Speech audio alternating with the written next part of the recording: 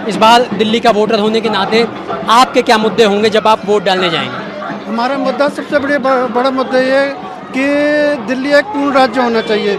इसकी मांग सबसे पहले बीजेपी ने भी उठाई थी, लेकिन जब बीजेपी को लगा कि अब हम आम आदमी पार्टी से जीत नहीं सकते, तो उन्होंने उस मुद्दे को दबा दिया। अगर दिल्ली पूर्ण राज्य होती है तो दिल्ली सरकार को सारे के सारे अधिकार होते हैं काम करने के लिए।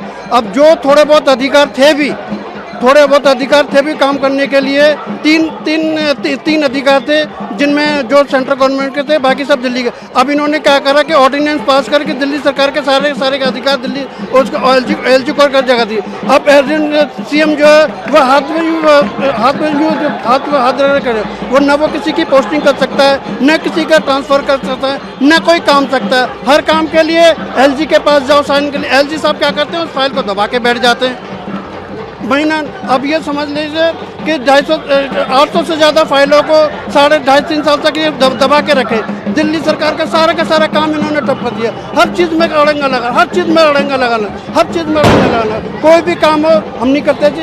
आपके पानी पीना है क्या? अरे हमसे पूछिए जी, पानी पीना है कि नहीं पीना है? और जब पानी पूछने की बात पीने की नहीं जी, आप इनसे तो पानी पीने थे, ये मटका आपका नहीं है जी। तो ये तो कोई बात नहीं भाई। हमने अपने मुख्यमंत्री को चुना है, दिल्ली की जनता ने 3 साल तक अपने मुख्यमंत्री ने, उनको अपने काम करने दीजिए। आप अपने काम कीजिए।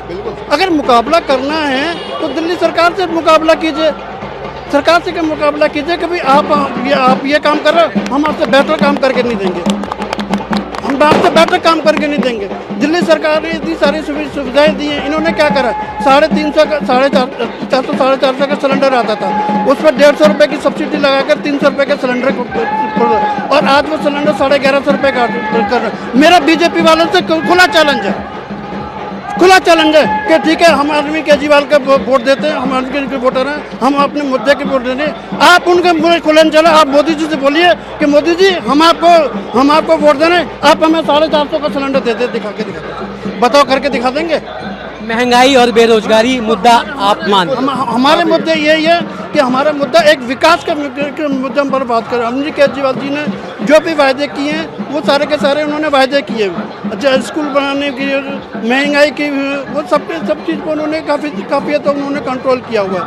ठीक है, हमारे मुद्दे यही हैं। एक विकास, अगर दिल्ली पूर्ण राज्य बन जाती है तो दिल्ली सरकार के पास सारे के सारे काम अधिकार आ जाएंगे, वो अपने हिसाब से काम करेंगे। पार्टी के कार्यकर्ता हैं सरदार जी या फिर आम नागरिक हैं? आम आदमी का अभी हुए कार्यकर्ता, जब बीजेपी वाले बेइंसाफी कर रहे हैं। आप ये कहना चाह रहे हैं कि आप बीजेपी के कार्यकर्ता थे? बीजेपी का 30 साल से था, अब नहीं हूँ। ये बड़ा इंटरेस्टिंग। बीजेपी गलत काम कर रही है। देखो, ऑनेस्ट आदमी, पढ़े लिखे विद्वान आदमी, उन्हें पढ़ के बिना मतलब तो अंदर दे दोगे, और एक चीफ मिनिस्टर और वो भी वोटा पाने दे विच, वो तो डर रही है बीजेपी। आप मुझे बताइए, आप कह रहे हैं कि आप 30 साल से बीजेपी के कार्यकर्ता थे, पर अरविंद केजरीवाल की गिरफ्तारी के बाद अब आपका समर्थन आम आदमी पार्टी को, ऐसा कह रहे हैं? आम आदमी पार्टी के हो गए, क्योंकि जहां भी आम आदमी पार्टी जाती है, पंजाब में जाती 92 मिलते उसको, बीजेपी को मिलते 2, इसलिए डर गई है आम आदमी पार्टी से।